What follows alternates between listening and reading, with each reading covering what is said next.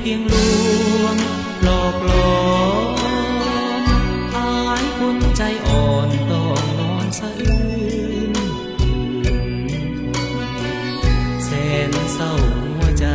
ท่วมล้นน้องนางลงเสื้อคำคนอายจนน้องจึงเปลี่ยนใจงามใดความงามน้องสูญให้ค่าสิ้นคนเขาปรารถนาจงหวนคืนมามือใหม่อ้อมกอดแขนเขาที่เจ้า